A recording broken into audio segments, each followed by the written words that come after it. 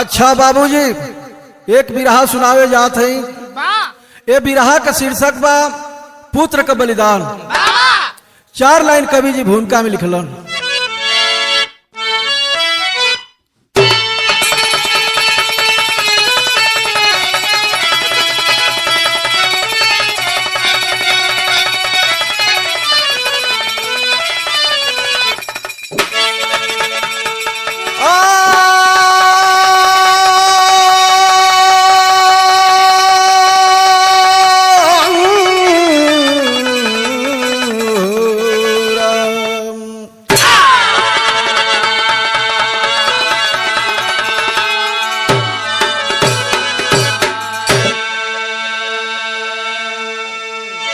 खिल गया है चमन पुष्प के बाग में, मस्त मकरंद जग को लुटाता रहे। सीने में सुई चुभा करके अपने दुनिया की शोभा बढ़ाता रहे। ऐसी छटा विश्व में हिंद की, संत सेवा में तन जो समर्पित किया। और जान में हमाल भगवान को द्वार पे अपना सर्वस्व चरणों में अर्पित किया।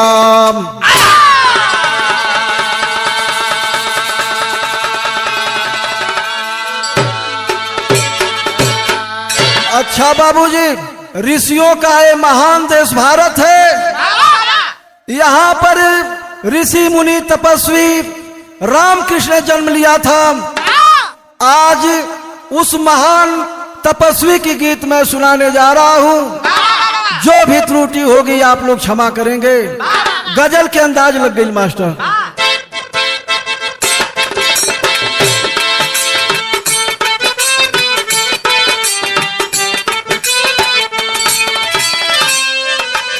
यह गजल बाप जोन मास्टर साहब बजा गिलन। आंख से छलका, आंख से छलका आंसू जा टपका शराब में। आंख से छलका आंसू जा टपका शराब में। आंख से छलका आंसू जा टपका शराब में। दिल में चुभा जो कांटा, अब दिल में चुभा जो कांटा निकला है गुलाब में। आंखों से छलका, आंखों से छलका आंसू जा टपका शराब में। आंख से छलका आंसू जा टपका शराब में। आंख से छलका आंसू जा टपका शराब में। लेकिन कवि जी भाव लिखलन का कि गैरों के कारण, गैरों के कारण जग में अर्पित करो शरीर। गैरों के कारण जग में अर्पित करो शरीर। हर गैरों के कारण जग में अर्पित करो शरीर। फल पेड़ कभी ना खाता, फल पेड़ कभी ना खाता, सरिता ना पीती नीर। गैरों के कारण, गैरों के कारण जग में अर्पित करो शरीर। गैरों के कारण जग में अर्पित करो शरीर। गैरों के कारण जग में अर्पित करो शरीर। बाबूजी, यहीं से हमने बिरहा की कहानी शुरू हो गई।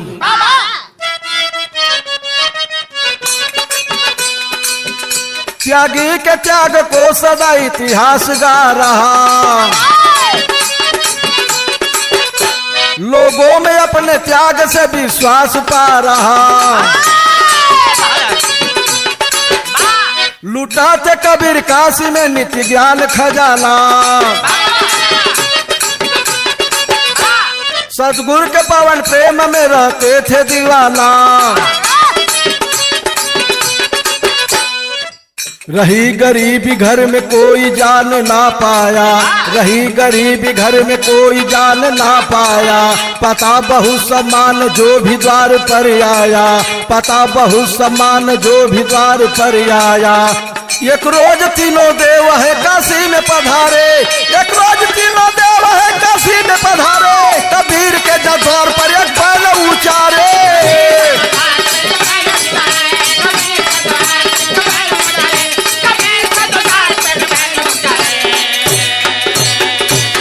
भैया हो हाई बतिया समझ ला, कहानियां समझत में आराम हो जाई। बात तनी सुन ली। बाबा भोलेनाथ के त्रिशूल पे बसी काशी नगरी। लहरतारा की बात है। लहरतारा में कबीरदास के मठ से कहानी शुरुआत भई। कबीरदास के दरवाजे पे तीनों त्रिदेव जाकर के अलग जगौलन। संत कपड़ा बुनत हवन, आवाज सुनाई नहीं देत बा। ई संत लोग भजन निर्गुण गावे लगलन। कैसे गावत हो मास्टर? कैसे? तर्जिया उहे बा राजा चले भैया।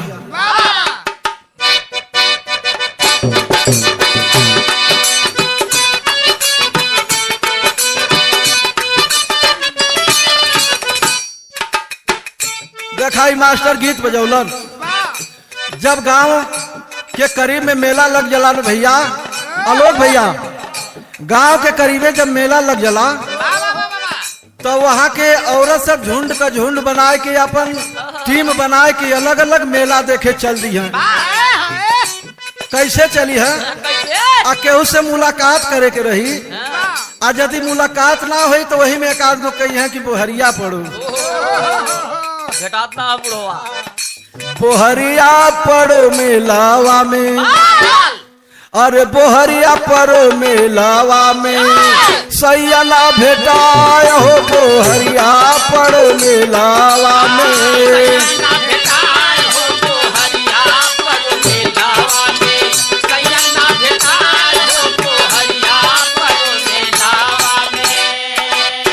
यही गीतिया के तनी सक उठाए के औरत सब गावेली। कैसे गावेली भैया हम बताओ थे। राजा चले हाथी घोड़ा छतरी लगाई के, साधु चले भुइया भुइया, साधु चले भुइया भुइया, चूटिया बचाई के, साधु चले भुइया भुइया।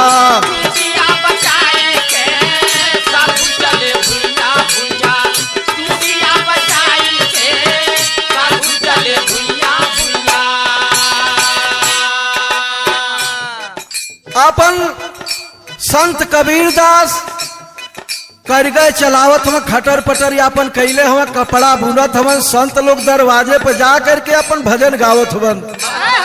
भजनिया कैसे गावत हुआ भैया? माया का जहाल छोड़ी सुगला पर आई हो, जई बाय अकेले केहू, जई बाय अकेले केहू, संगवाला जाई हो, जई बाय अकेले केहू।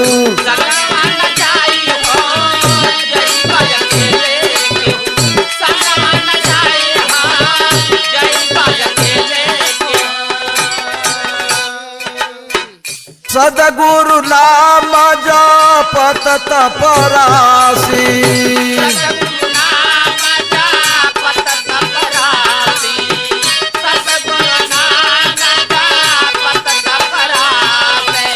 अलख जगावते है सन्यासी।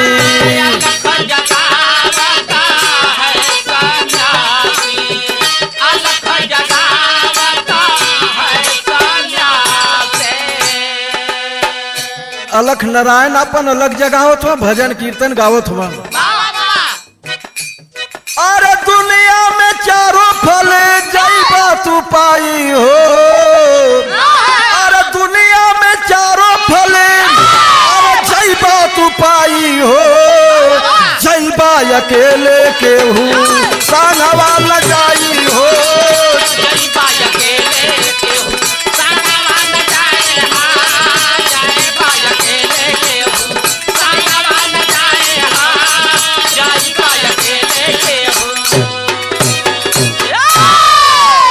बाबूजी संतों की बाणी सुन करके कबीरदास कपड़ा बुनना छोड़ करके बाहर आए हैं। जब देखलन है कबीरदास तीन तपस्वी हमारे दरवाजे पे आए लोगन, जा करके बाहर चटाई बिछौलन है।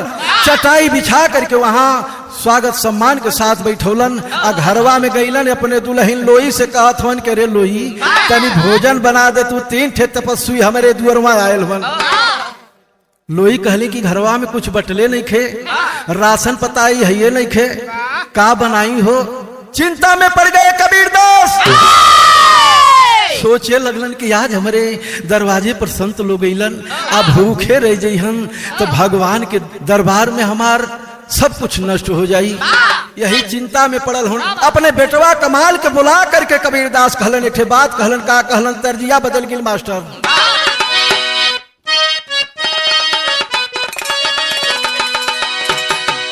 तर्जिया उहे बाप कि अरे बादला महो का जरावा,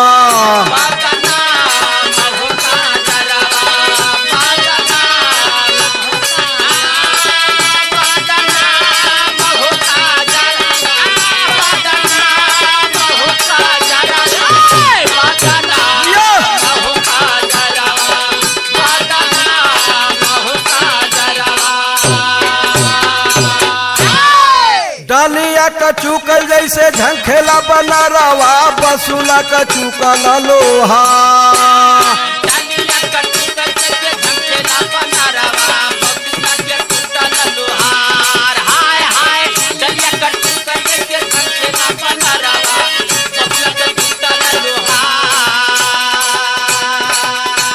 अरे ढील भैल जो बना तो झंखे का सब लिया, कैसे चली रोजगार हो का जरावा, बादला महो का जरावा।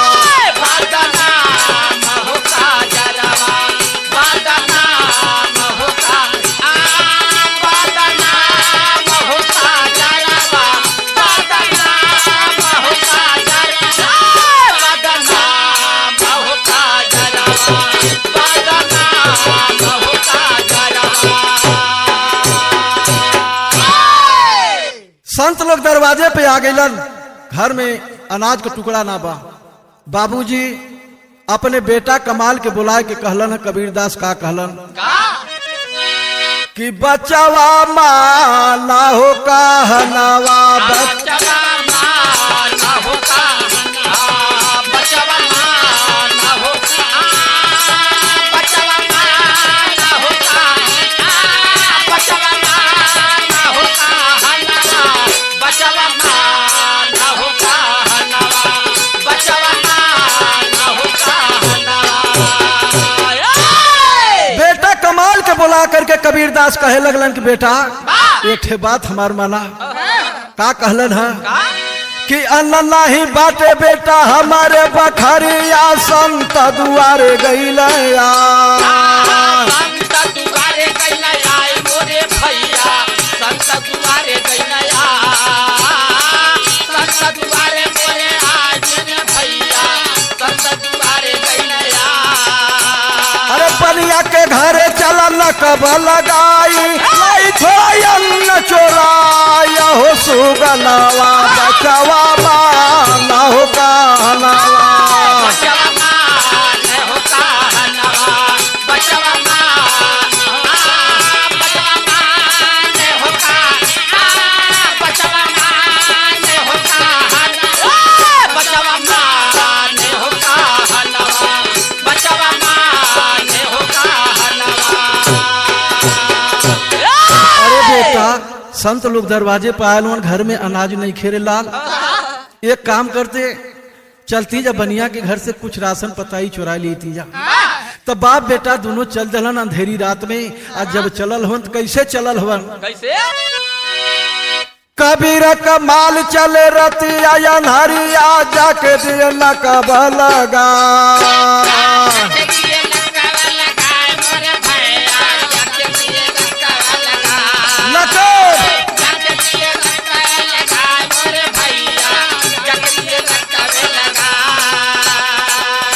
अरे कहला कबीर बाटे नरमी उमरिया, कहला कबीर बाटे नरमी उमरिया, भीतर जइहा पकड़ाया हो सुगनवा, बचवा माना हो कहनवा, बचवा माना हो कहनवा, बचवा माना हो कहनवा, बचवा माना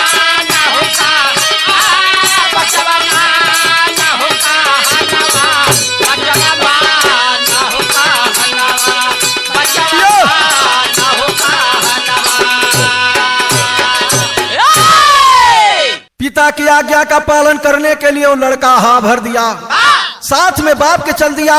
कबीर दास और कमाल जब गईलन है, एक बनिया के घरे पिछवाड़े से जाए के नकब लगा दहलन। लड़का जवने समय वो सेन से रास्ते से घुसल घर के अंदर, वो समय कबीर दास के अखिया से झरझर झरझर आंसू चले लगल हो भैया। कबीर दास के अखिया से झरझर झरझर आंसू चले लगल। कबीर जी यहाँ भाव लिख सोठी का लाइन लगल मास्टर।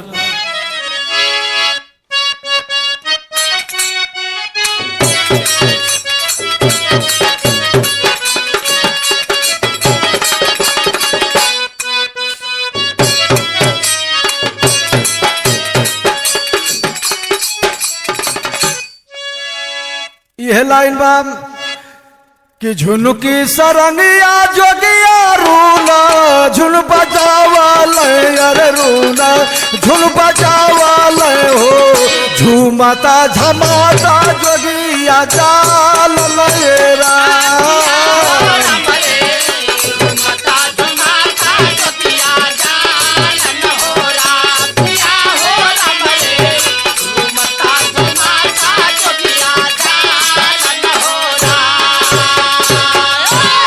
सेन के राही जवना समय लड़का घर में प्रवेश कैलस, कबीर दास जी के आंख से आंसू चले लगल। कैसे चलत हो भैया कि बेटवा के भेजत बड़ी से जारी, जर नजारी आयर जारी, जर नजारी आओ, काहेलन कबीरा समझायल हो लाल मोरे।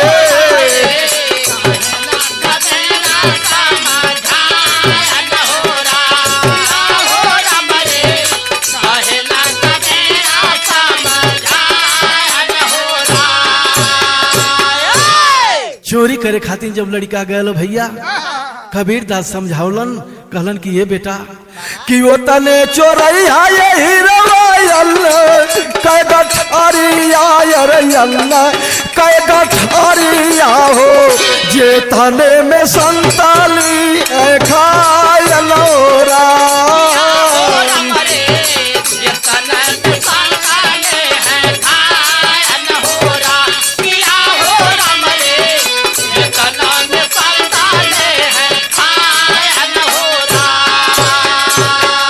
बेटा वो तना ही चुरैया जितना में कि तीनों संत लोग खा ले, घर भर के व्यवस्था मत बनैला। थोड़ा सा चावल ले लिया, थोड़ा सा आटा ले लिया, थोड़ा सा दाल ले लिया बेटा, यही कह करके भेज दल। वो लड़कवा घरवा में गयल हो तो थोड़ा सा चावल ले, थोड़ा सा आटा, थोड़ा सा दाल लेकर के एक पोटली बना करके गठरी बना करके जब वही सेन के माध्यम से निकलना चाहता है मेरे बाबूजी, हुआ है क्या कि गठरी निकालो निकलल चाहे तौने घारिया यार चाहे तौने घारिया हो, आ जागी गई लसे छाया कुलायल हो रहा।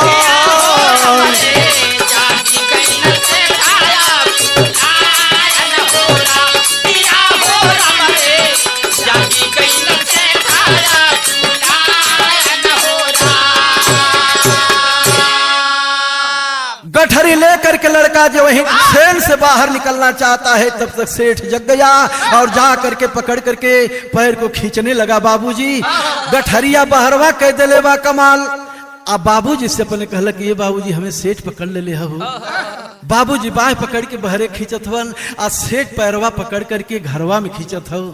ला खींचलन कमाल तुरंत शोर मचाया है, सेठ की पत्नी भी आ गई। सेठ और सेठाइन दोनों मिल करके लड़का का पैर खींचे लगलन। बाहर से कबीर दास खींचत हवन, लेकिन ये भारी पड़े लगलन। लड़कवा रो रो करके कहे लगल का अरे गठरी निकाल निकल चाहे तौने घारिया यार चाहे तौने घारिया हो, जागी गई न से ठाया कुलायल हो लाल।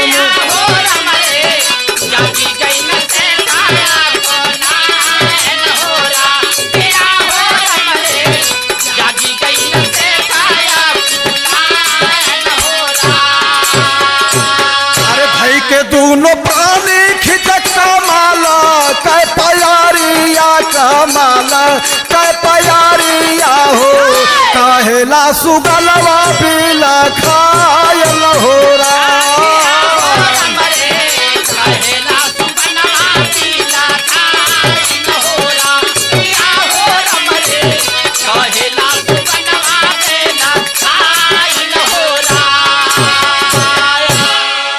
बाबूजी लड़का रो रो करके कहत हो बाबू अब हम पकड़ा गए बाबू एक काम करा बाबू। रो रो करके लड़का कहत हो, भाव लगल मास्टर।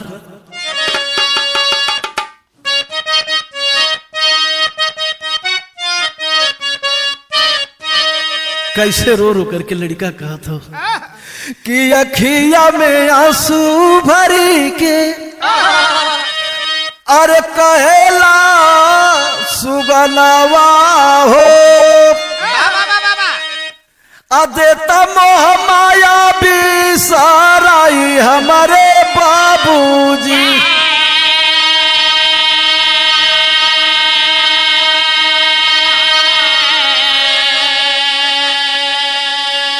धन दौलत बेटा बेटी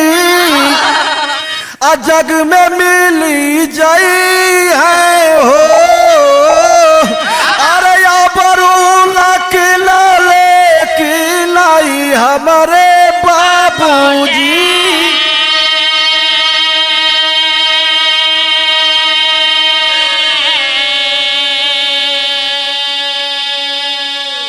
बाबूजी धन गईले धन मिल जाई, बेटा बेटी मिल जी है दुनिया में, लेकिन एक बार आबरू जब इंसान का चल जाले आबरू फिर वापस ना आवेले बाबूजी।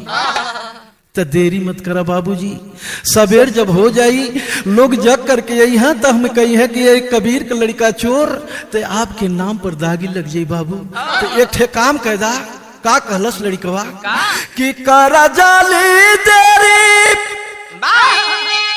अरे मरी काटा गार दलिया हो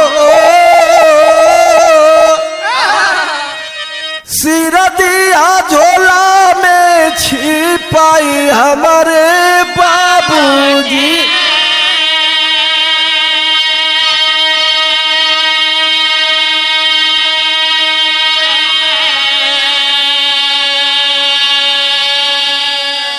इतना सुनता रोए अरे कबीरा पुजरिया हो अरे पतिया कहलन समझाई हमारे बाबूजी।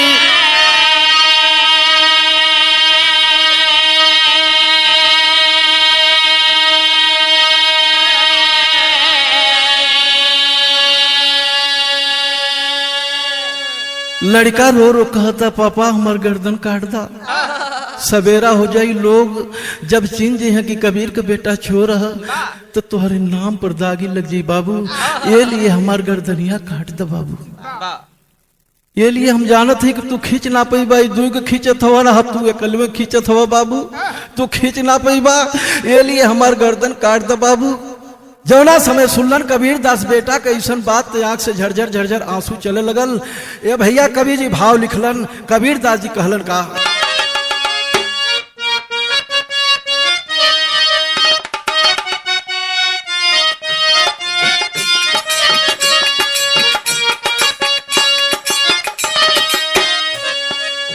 वह तर्जबा जौन मास्टर साहब बजौलन बाबू दरोगा जी अरे बाबू दरोगा जी अरे कवल का गुनहिया बनला पियावा मोर बाबू दरोगा जी।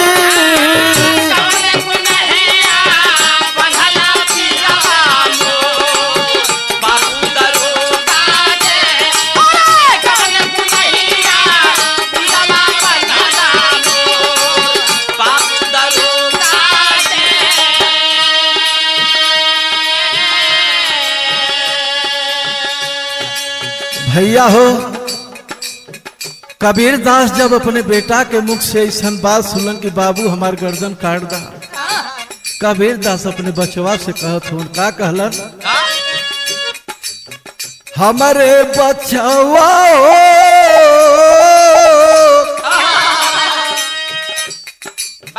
हमरे बचवा हो कैसे काटी गर्दन लाला तो आरी हमरे बचवा हो कैसे काटे गर्दन लाल तोहार हमारे बचवा हो कैसे काटे गर्दन लाल तोहार हमारे बचवा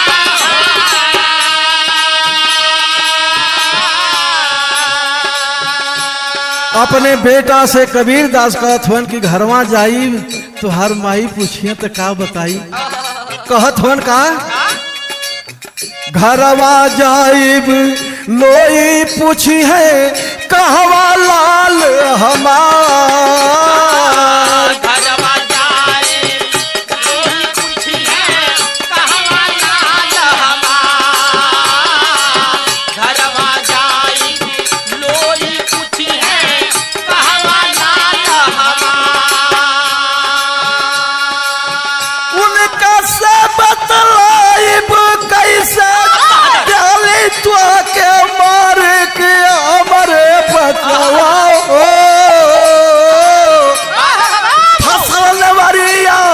फसल नवरिया टूट गईल पतवार हमरे बचवा हो हमारे बचवा हमारे बचवा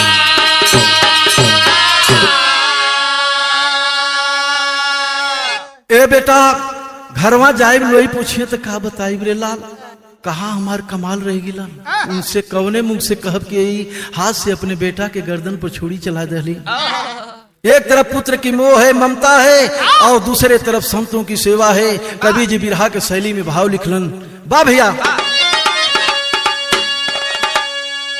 अरण्यवरिया हमारी खेवा भगवन अरण्यवरिया हमारी खेवा भगवन अरे एक और पुत्र मोह एक और संतन की सेवा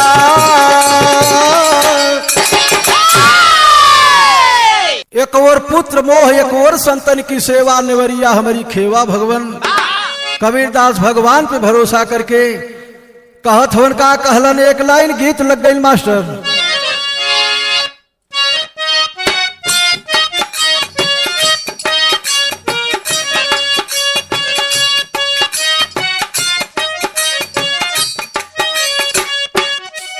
वह गीत बाई औरत सबे गीत के गावेली कैसे गावेली माई कायल धिया रोज रोज यहा हो बाबू कायलन छवा मास हो माई कायल धिया रोज रोज यहा हो बाबू कायलन छवा मास हो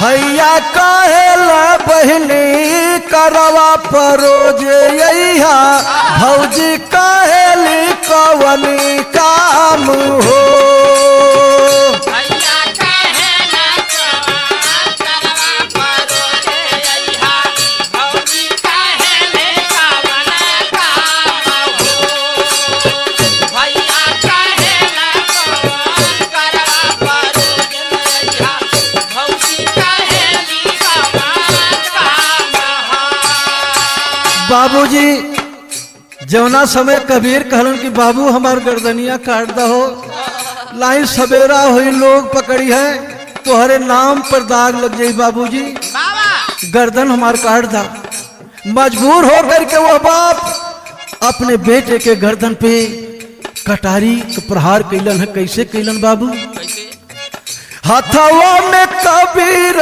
कटरिया उठवला हो बाबा हथवा में कबीर कटरिया उठवाला हो, गर्दन पर दिहल चलाया हो। हथवा में काबीरा काटरिया उठावाले हो, गर्दन पर दिहल चलाया हो। हथवा में काबीरा काटरिया उठावाले हो, गर्दन पर दिहल चलाया हो।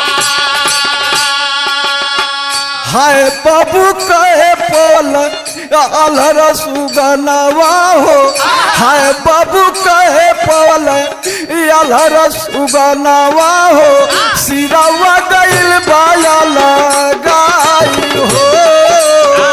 हाय बाबू का है बोले घर सुगाना हो, सिरवा का लगाया हो। हाय बाबू का है बोले घर सुगाना हो, सिरवा का लगाया हो। बाबूजी कबीर दास अपने कटारी हाथ में उठोलन है, बेटा के गर्दन पर चलौलन, धड़ से सर अलग हो गए। बाबू कबीर दास जी अपने बेटा का चेहरा देखत हुवन, कहत हुवन का देखेला कबीर अपने लाल का चेहरा, सुन कई दिहला बेटा घरवा दुआरवा। कई दिहला बेटा घरवा दुआरवा, सुन कई दिहला बेटा घरवा दुआरवा। सिरवा पर गठरी और हाथे में मुड़िया हो, सर पे गठरी रख लहलन, वो अन्न का गठरी सर पे रखलन, हाथ में बचवा का मूड़ी लेकर के चल दलन घर के लिए। कभी जी लिखत हो उनका सिरवा पर गठरी और हाथे में मुड़िया हो, घरवा पर लेके गइला आया हो। सिरवा पे गठरी और हाथे में मुड़िया हो, सिरवा पे लेके गइला हो। सिरवा पे गठरी और हाथे में मुड़िया हो, सिरवा पे लेके गइला हो। ये बाबूजी अनाज के गठरी राशन पताई जो बनिया के घर में से चुराव लहल, वो गठरी सर पे रखे हैं। अब बेटा का मूड़ी हाथ में लेकर के आ जवना समय घरे अलन है कबीर दास जी, लोही जब देखलिन है अपने बेटा के सबके कलेजा फट गया। बाबूजी पहपट में कवि जी भाव लिखले हवन, अरे देखली माई बेटवा के गर्दनवा अखिया बरसले, आये कबीर बचवा आ जईता संभालवा अखिया बरसले। अब के माई माई कही के हमारा के बोलई है हो, चारों वरिया देख मोर कमाल ला देखई है हो।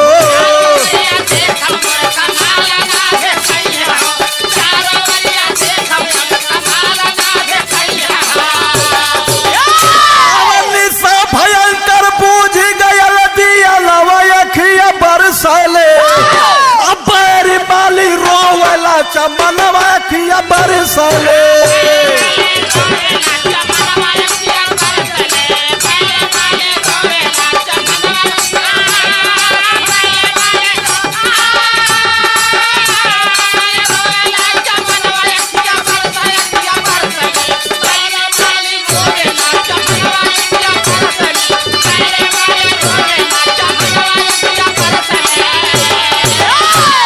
बाबूजी जवना समय लोई अपने बेटा के सौ के देखली ना, छाती पीट के रोवे लगली, छाती पीट पीट के रोवे लगली। कबीर दास समझावत हवन कि यदि तुहरे रोला के आवाज संत लोग सुन ली हन, भोजन नाही करी है, यहाँ से चल जी हन, हमार सब तपस्या भंग हो जाई। पति के बात को मान करके लोई करती है क्या। आल्हा में कबीर जी भाव लिखलन,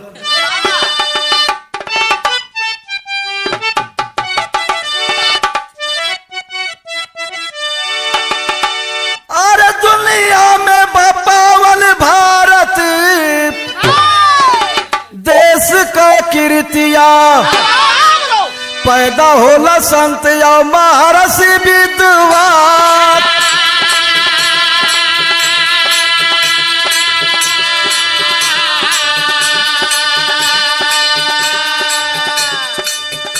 अरे पैदा होला संत या महर्षि विद्वान।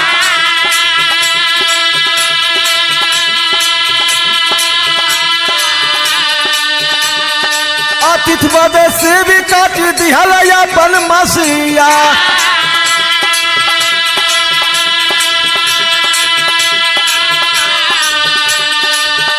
भैया राजा हरिश्चंद्र दिए राज पटदार।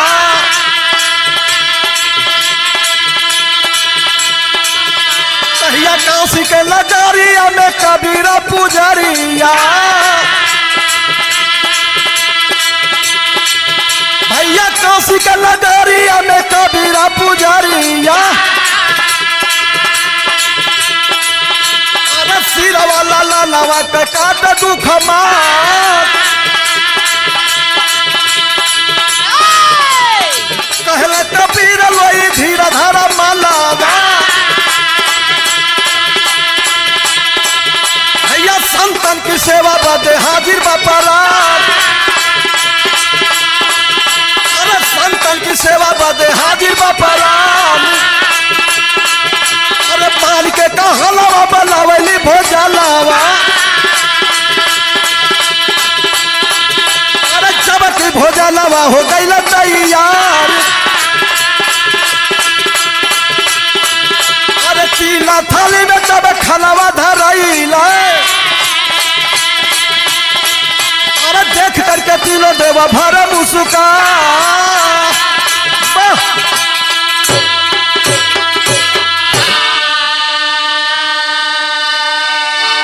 बाबूजी तीनों संतन के लिए लोई अपने कलेजे पे पत्थर रख करके भोजन बनौलिन है। जौना समय भोजनिया तैयार हो गई। तीन थाली में भोजन रखाइल बा। ये देख करके संत लोग मुस्कियाए लगन। कहना कि रे कबीर मैं सुनता हूँ तेरा एक पुत्र भी है।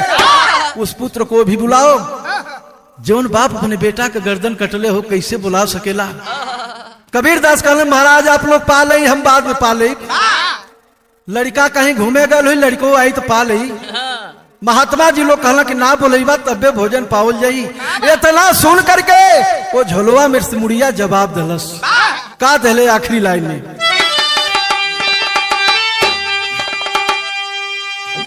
अरे खुल गईल बा भेद का छुपावल पुड़िया तो सुन के संतन का बचा लिया सलबा मुड़िया।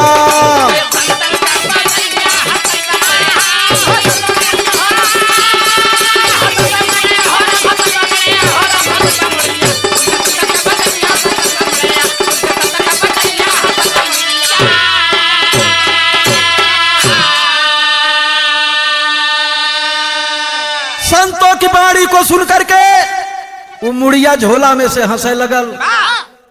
मुड़ी जवाब दिले का दलस कि दुनिया में बाबू जनले संतल की सेवा और संत की चरनिया में दुनिया का मेवा।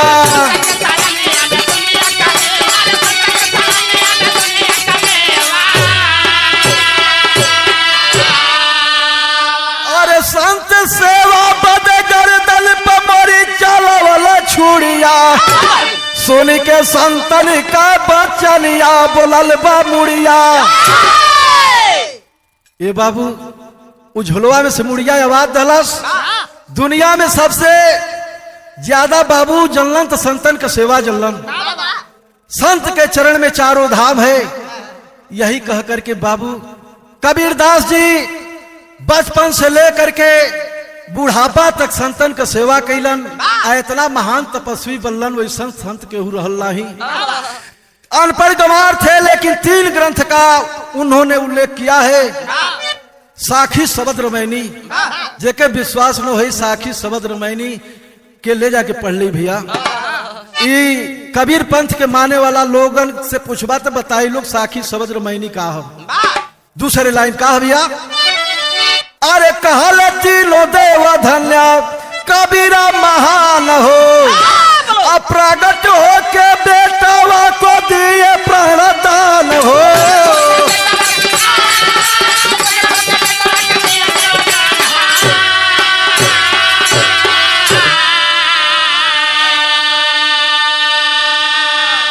और जुग जुग गई है कीर्ति तोरी ज्ञानी गुनिया तो सुन के समतल के बचनिया हसल बमुड़िया।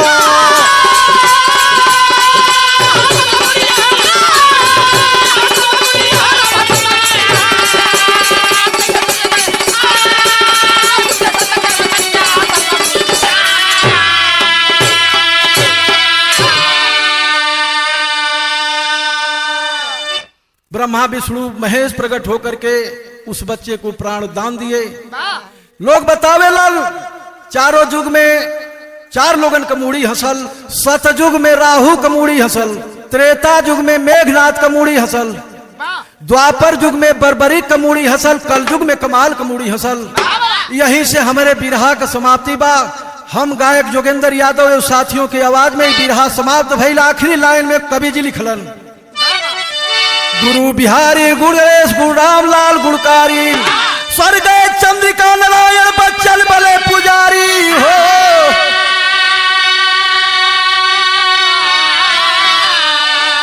और नवरिया हमारी खेवा भगवन, नवरिया हमारी खेवा भगवन, जोगेंद्र राम निवास में सदगुरु के पायरिया, नवरिया हमारी खेवा भगवन।